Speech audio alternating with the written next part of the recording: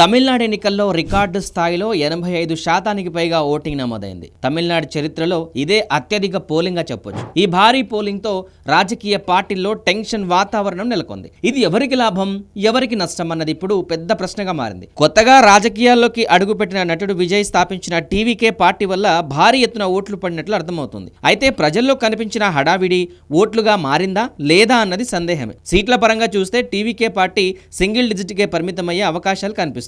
Vote share కూడా double digit చేరుకోవడం కష్టమే అన్న అంచనాలు వినిపిస్తున్నాయి. ఇక ప్రధాన పోటీ విషయానికి వస్తే డిఎంకే పార్టీ మరోసారి అధికారాన్ని నిలబెట్టుకునే దిశగా బలంగా కనిపిస్తోంది. ముఖ్యమంత్రి నాయకత్వం, సంక్షేమ పథకాలు, ద్రవిడ రాజకీయ వ్యూహం ఆ పార్టీకి ప్లస్ పాయింట్ గా మారాయి. అయితే ప్రభుత్వంపై వ్యతిరేకత కూడా లేకపోలేదు. ప్రత్యేకంగా రైతులు, పారిశ్రామిక వర్గాల్లో అసంతృప్తి వ్యక్తమవుతోంది. అయినా ప్రతిపక్షాల బలహీనతలు డిఎంకేకి కలిసి వచ్చింది. మరోవైపు పళనిస్వామి నేతృత్వంలోని కూటమి గతంతో పోల్చితే మెరుగైన ప్రదర్శన చూపించే అవకాశం ఉంది. కానీ అంతర్గత విభేదాలు, బలమైన నాయకత్వం లేకపోవడం అధికారానికి దగ్గరయ్యే అవకాశం కనిపించడం లేదు. మొత్తానికి ఈసారి తమిళనాడులో టఫ్ ఫైట్ తప్పదనే చెప్పాలి. కానీ చివరికి డిఎంకే మరోసారి ప్రభుత్వం ఏర్పాటు చేసే అవకాశాలే ఎక్కువగా కనిపిస్తున్నాయి. అయితే గతంలా క్లీన్ స్వీప్ మాత్రం ఉండకపోవచ్చు.